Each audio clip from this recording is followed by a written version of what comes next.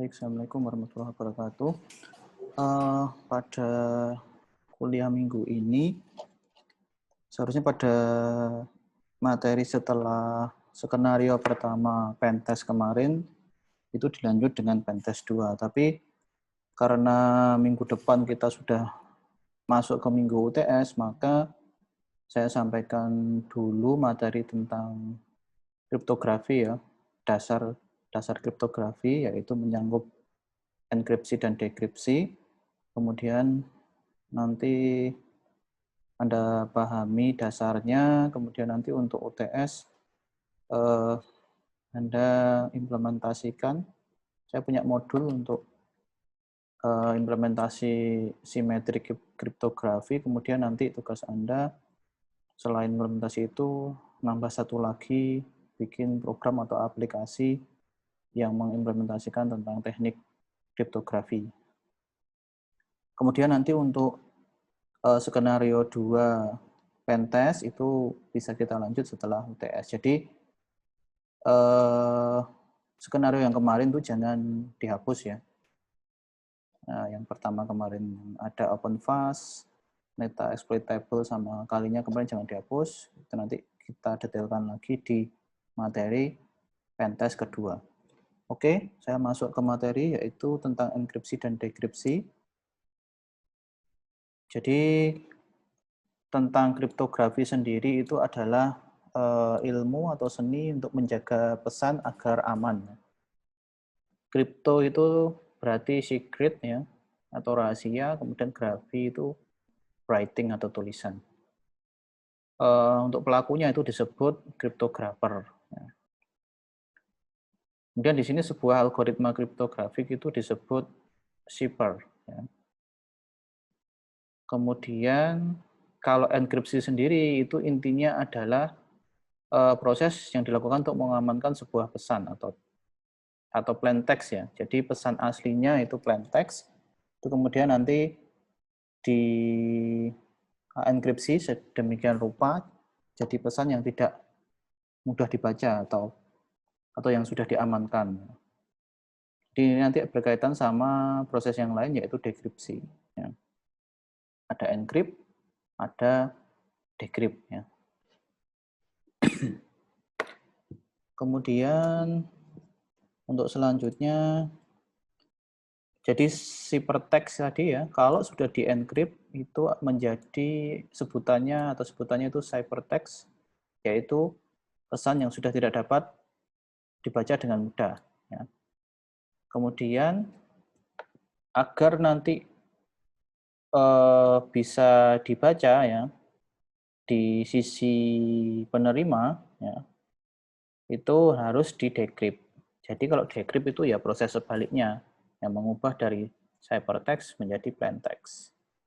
Nah, di sini ada crypt analysis, itu adalah seni dan kunci untuk memecahkan ciphertext tanpa badan kunci. Pelakunya disebut crypt analyst. Ya.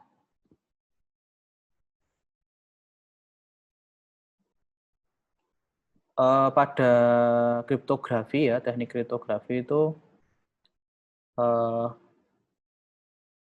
secara umum itu dilakukan dengan dua cara, yaitu transposisi dan substitusi.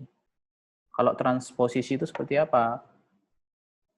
Kalau transposisi adalah posisinya huruf yang diubah-ubah. Ya. Posisinya huruf diubah-ubah, tapi kalau yang substitusi itu diganti. Ya.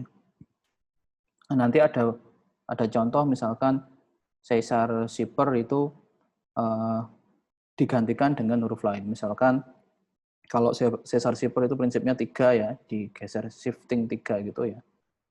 Misalkan A jadi D, B jadi E, dan seterusnya. Gitu. Nanti ada contohnya di belakang. Nah, jadi gini, kalau ada kriptografi simetris ya. Kalau kriptografi simetris ini adalah saat kunci yang sama ya, itu dilakukan untuk enkripsi dan dekripsinya. Jadi misalkan di sini ada pengirim ya, ada kirim mengirimkan pesan. Ya. Ada data asli di sini disebut plain text, ya. Kemudian dienkripsi ya. Nah, dienkripsi nanti jadi ciphertext. Nah, sebelum sampai ke penerima nanti dikirimkan ya, sebelum sampai ke penerima itu harus didekrypt dulu ya, agar bisa dibaca oleh penerimanya. Nah, kalau tadi dari plain text menjadi ciphertext ya, ini proses enkripsi. Kalau proses dekripsi itu sebaliknya dari ciphertext agar dikembalikan menjadi data asli lagi, sehingga nanti penerimanya bisa membaca. Nah, di sini ada problem ya, bagaimana mendistribusikan kunci secara rahasia. Nah, di sini ada untuk N orang pemakai itu diperlukan 2 kali N-1/2. Jadi misalkan, nah ini menghasilkan apa? Tidak praktis untuk pemakaian dalam jumlah besar. Misalkan ya, ada 10 gitu ya, 10 pemakai. Ada 10 pemakai. Ada 10 pemakai. Kalau rumusnya ya, diperlukan N kali N-1/2 kunci. Berarti kan 10 ya, dikali 10 min 1/2. Berapa ini? Berarti 10 kali 9 ya, per 2 sama dengan berapa? 45 ya. Jadi untuk 10 pengguna saja itu butuh 45 kunci ya.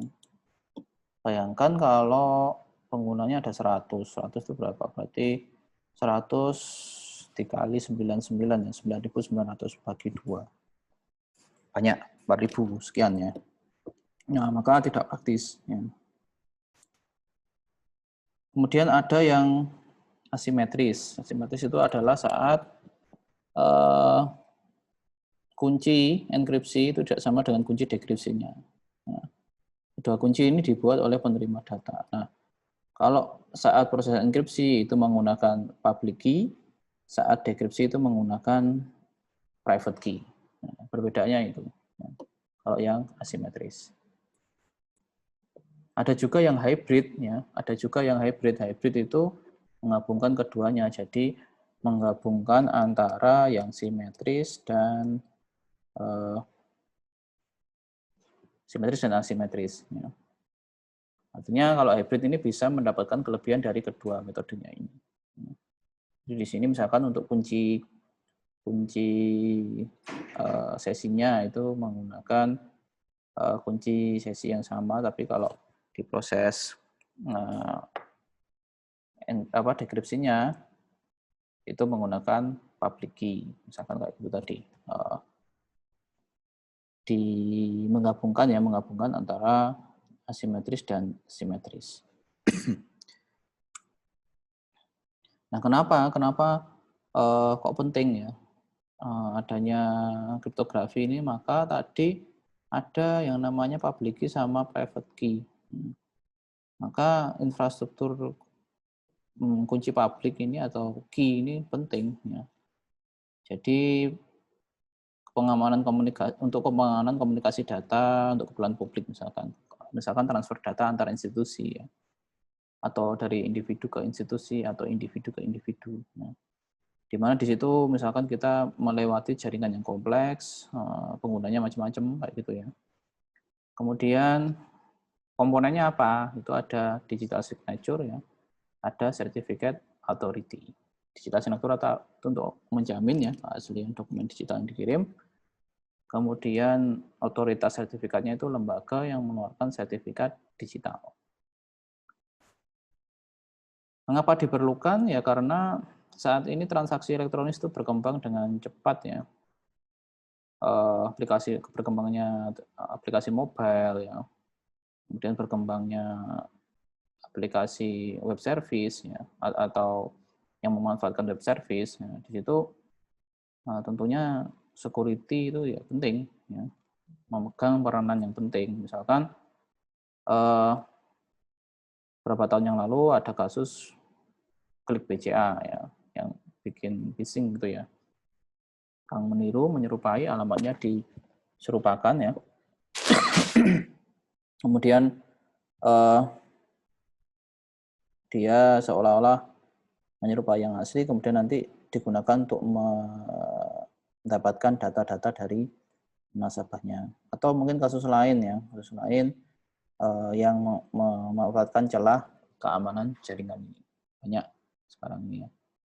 Makanya pentingnya enkripsi dan dekripsi ini digunakan untuk tadi mengamankan data. Jadi kalau plain text ya, misalkan yang sederhana aja, username, password, Anda melakukan remote via yang nggak secure gitu ya, nggak secure.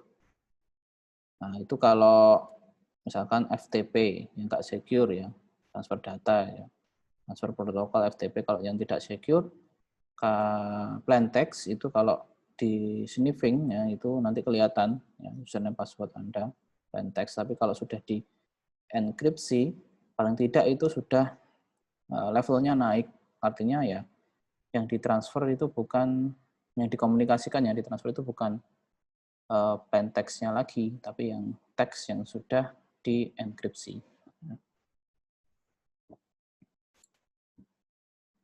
Jadi secara umum konsepnya itu tadi ya,